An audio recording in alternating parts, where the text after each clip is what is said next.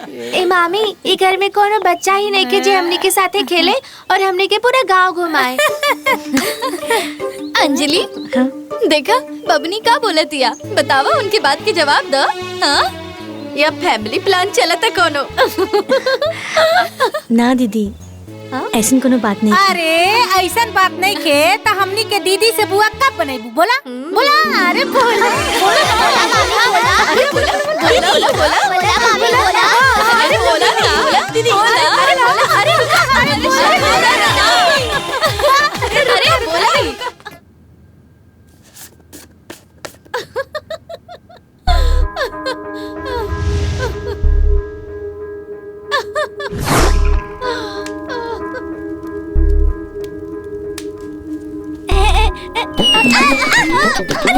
अरे गुड़िया, अरे तू लोग पकड़ो पकड़ो, हमको पकड़ तू।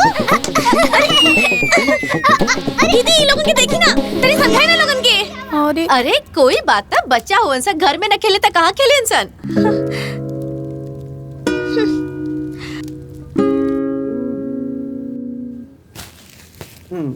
अच्छा सुनी जी, एगो बात पूछी। हाँ जल्दी पूछे चले।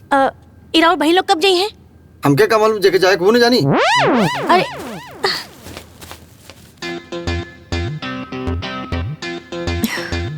ये बात तो हम खुदे पूछे सकता नहीं, ना पूछब तो मायके कैसे जाई? चल अंजलि, खुदे पूछ ला।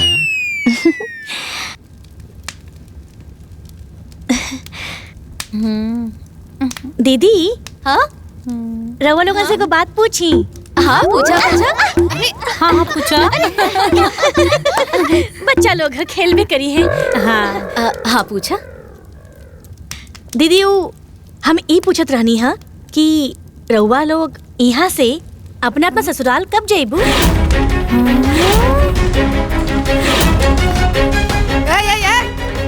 तू क्या हुआ पूछे वाला कि हमारी बेटी कब अपना ससुराल जैसन? अरे अपना माई बाप के घरे रहता रिसन, अपना माई बाप के खाता रिसन। ये सब खुशी तरह से बर्दाश्त नहीं कर। अरे अम्मा जी, ऐसन बात नहीं खे, हम तो बस यही से पूछ देनी। ओ हमके भी मायके जाए के है ना, बस। अच्छा तो तारा मायके जाए खातिर हम अपना बेटी से भगा दी? अरे हमारा बेटी सबके ना जब तक कहीं रहे के मन करी तब तक रही सन, समझ गई तू?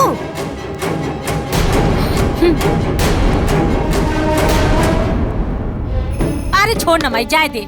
चला अंजलि, रसोई में चला, खाना बना, दाल पूरी बनी है आज। अम्मा जी, रउआ गलत समझत रहनी। अरे जा जा, हमरा के गलत सही मत समझावा। हमारा बेटी का अनेरिया समझता नहीं, भला बताओ। अरे हमारा बेटी अपना मायके अलबेट से रहे खातिर तो हम इनकी इच्छा नहीं की मार सकत, चाहे कुछ हो जाए।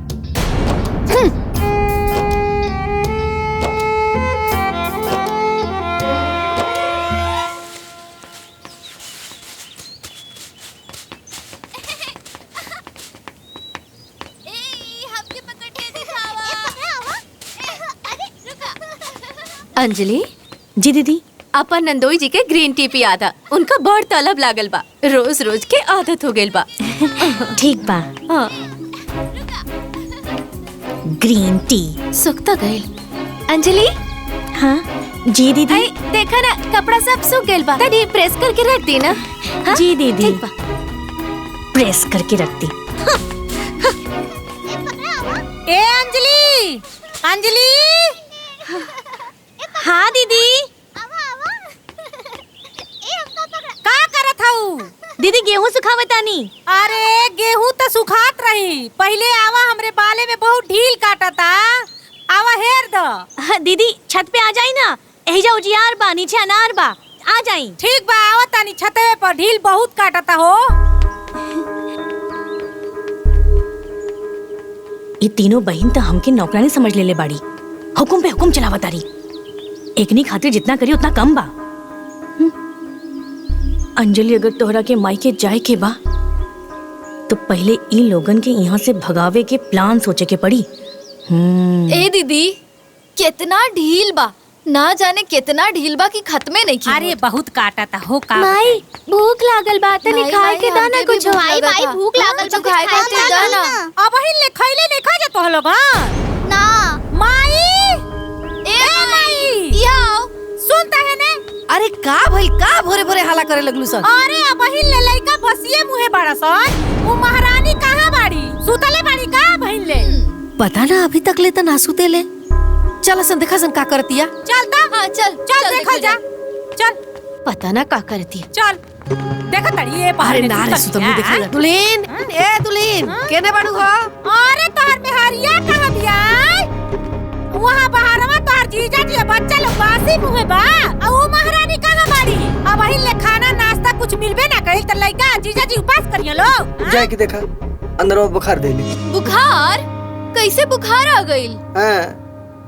अरे कल तक तनी मन रह लखिया। अरे तबीयत के का कल ठीक आज खराब। चल के देखा सन का भइल बा उनका के। चल सन चला एकदम नाकी में पानी भर के रख देले बिया। खाली झूठ बोला। दुल्हीन का अंजलि इतना बेर हो गई अब ले सुतले बड़ू। तबीयत बहुत खराब बा, बुखार चढ़ गइल बा। सवेरे से उठे के बहुत कोशिश कईनी बाकी हिम्मत नहीं खे होत। अरे हाँ बड़ी तेज बुखार बा दुल्हीन के। दुल्हीन तू आराम करा है ना, काम के चिंता मत करा, सब हो जाई। हाँ ए बुचिया आज घर तोहनी के संभाल रहा सब। हाँ अरे तोहनी के बाल बच्चा भुखाइल बड़न, पाहुन भुखाइल बड़न, जाके चाय पानी नाश्ता बना दसन। आज झाड़ू पोछा चौका बर्तन सब कर दसन। चौका बर्तन झाड़ू सब। हाँ चलो चलो चलो दुल्हन तू आराम कर। चल चल चल चल चलो ठीक बा माई, तू कहा दारू तो करे के पड़ी।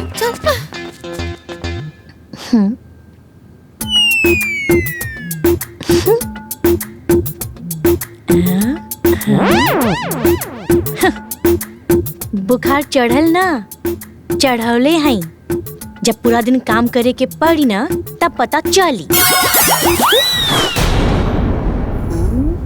अरे तनी आराम से झाड़ गर्दा होता। महारानी बेराम पड़ल बड़ी, हमनी के कुल काम करे के पड़ता। अरे तो ठीक बा ना, सफाई तो करे के पड़ी ना। मम्मी पराठा कितना कड़क बा, राते के बासी दे दिल बाड़ू का। जे मिलल बा ना चुपचाप खा। बड़ाइल बाड़ी इजा काम कर कर के हालत खराब बा, इनका गरम गरम पराठा चाहिए, खा चुपचाप।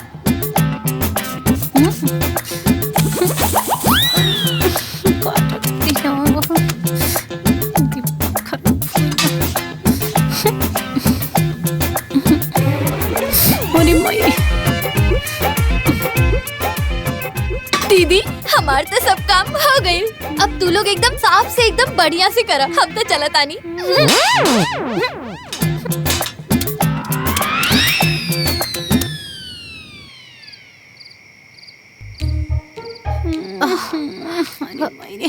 दिन भर काम करके थक गइल बानी हम इतना। और एगो ऊ महारानी बड़ी आराम से बिस्तर पे सुतल ही बुखार का बहाना करके। दीदी का बताई, दिन भर झाड़ू पोछा ऊपर नीचे करके हमार दोनों गुड़वा टटात बा, और वो एक को बार उठ के ना देख ले। अरे बेटी आराम करे आवेली माई के, ये हमनी के घर में महारानी बाड़ी, हमनी के काम में लगा के खुद आराम करतिया। और उन्हें पता कितना दिन ले बीमार रही है, हमनी के झाड़ू पोछा बर्तन सब करे पड़ता। ए दीदी तनी हमार गुड़वा तू दबा देना। ए हटना, चल बक, हमार खुदे दुखाता इनकरे। अंजलि का तू नौटंकी केलो है? हाँ बुखार के बहाना कह के सुतल बाड़ू, दीदी लोग घर में काम करत थी। अरे हम नौटंकी कहाँ करता नहीं, हमके सच्चों के बुखार है। देखी देखी बोलो लो झूठ, हम दिन में जंगला में देखनी है, अब अगले में से प्याज निकल लो। ये सब का कर तू हमरे समझ ना होता है। मान ला तू अपने घर रहतू और तुम्हार भौजी अगर ऐसा करती तो कैसा लगत है? हमके ये सब करके अच्छा नहीं खेलागत, बाकी हम कहाँ करी खुद ही सोची। राउर बहन लोग हमके भौजाई कम और नौकरानी ज्यादा समझत बाड़ी। अरे एक गिलास पानी उठा के ना पियली, हम भोर से उठ के रात तक उनका सेवा करेनी।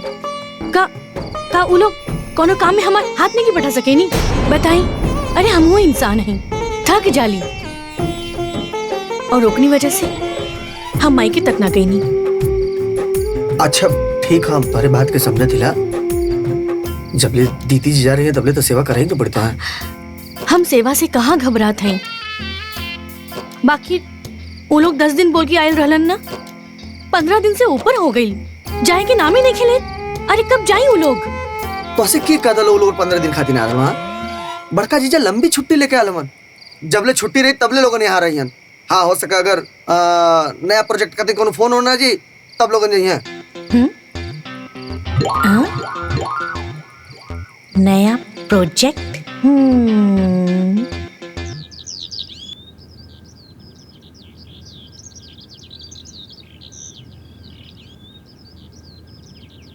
नंदोई जी, अरे अंदर बानी की ना?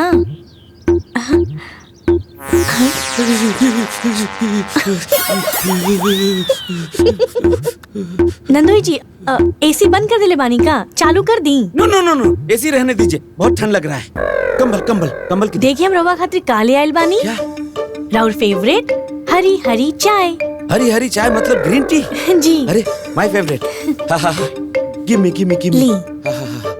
इसको पी के ठंडी उड़न छू। Thank you. Oh god, my favourite. अब मजा आएगा ग्रीन टी पी के। नंदोई जी, हाँ फोन चार्ज हो गइल बा, अब ऐसे ज्यादा चार्ज ना हो पाई। हाँ, ज्यादा देर चार्ज में लगाने से ना फोन में विस्फोट हो जाता है। हाँ, फोन के पास में रखी, का पता कोनो काम के फोन आ जाए। हाँ, thank you, so nice of you. Thank God I got the green tea. My favourite.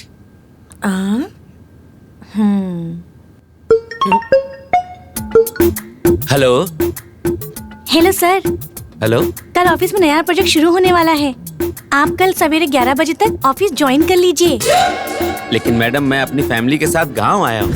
अगर आज शाम को भी निकलूंगा ना तो वहाँ मुझे पहुँचने में 2 दिन तो लग ही जाएंगे। कोई बात नहीं सर, आप पहली ट्रेन पकड़ के निकल लीजिए। Okay okay, I will try my best. पक्का? हाँ या आई विल ट्राई माय जी। बेस्ट। या। ओहो, चाय भी पीने नहीं देते। ओहो। रागिनी, रागिनी, रागिनी, रागिनी।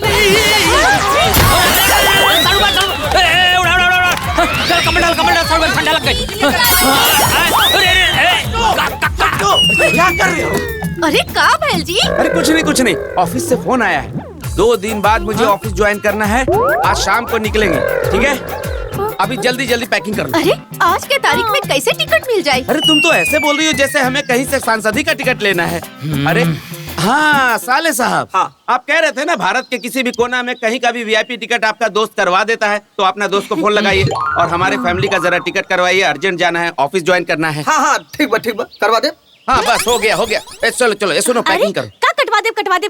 माने वो कहा तारे कि अर्जेंट है, अभी लगाई ना फोन। हाँ भाई अर्जेंट है तो अर्जेंट फोन अभी लगाइए। मम्मी हमरा के गांव अच्छा लगा था, हम ना जाए भी है रहे। अरे बेटा देखो मेरी पापा कुछ दिन और रुक जावा ना, हमनी के गांव बहुत अच्छा लगा था। पापा रुक जाना। देखो मेरी बात, ऑफिस से जब फोन आता है तो पापा के हाथ में कुछ नहीं होता है, ऑफिस ज्वाइन करना पड़ता है। चलो पैकिंग करो। और तुम क्या कर रही हो? चल के पैकिंग करो।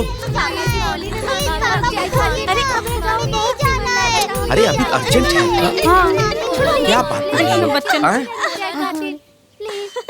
और तुम बच्चों को समझाओ। नंदोई जी, बच्चा जी। लोग इतना जिद करता, इतना रोता, तो कुछ दिन रुक जाई ना। अरे लेकिन प्लीज।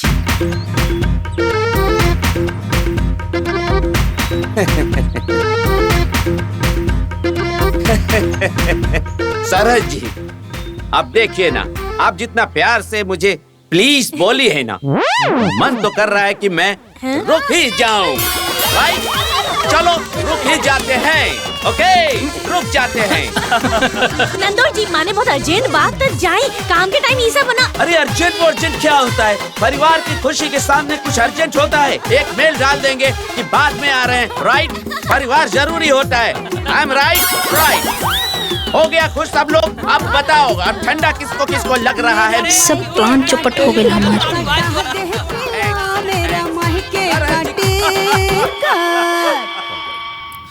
आई ना का? अरे दिन में इतना बिजी रहे नहीं कि 2 मिनट फुर्सत से बात करेगी भी ना मिलेला। का बोला? अरे वो लोग 15 दिन खातिर और रुक गए बाड़े, हम मायके कब जाए? अच्छा खासा जात रहना, लगलू काबिल बनी। ए ननद जी रुक जाई प्लीज। अब ला बैठ के टेंशन।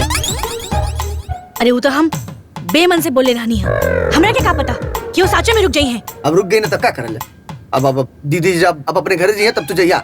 अब हम जातला सुत्ता है, अब सुत्ता मैंने सुत्ता नहीं तो कपारे भात धर के सो जा। ये आदमी, हे भगवान अब तो कुछ समाधान करो, कुछ करो भगवान, कुछ करो।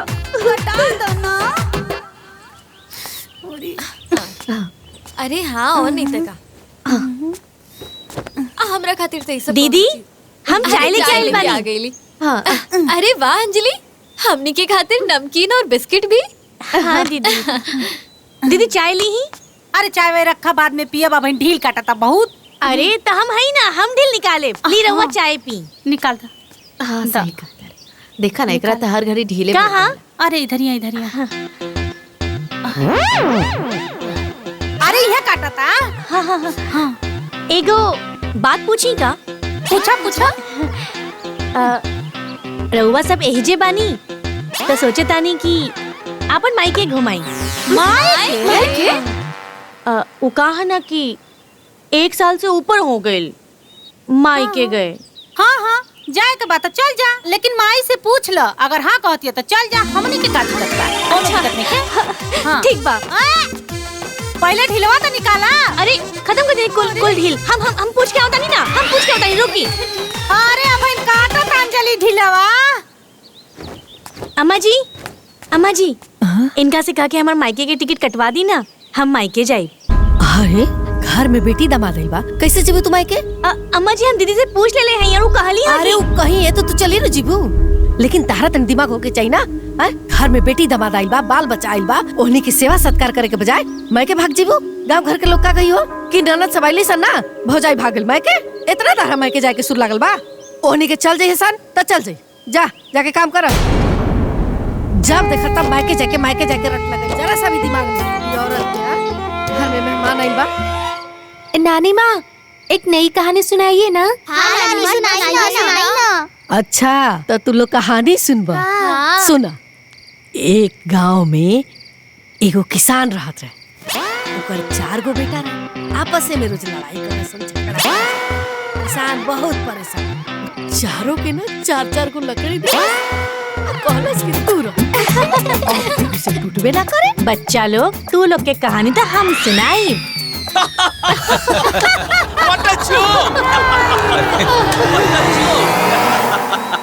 ए बच्चा लोग तू लोगन के गांव घूमे के रहे ना, आज घुमाई। अब मामी कहाँ लेके जाता रू? आज हम तू लोगन के गांव घुमावे ले जाता नी। आवा आवा देखा, ये हा बसवारी।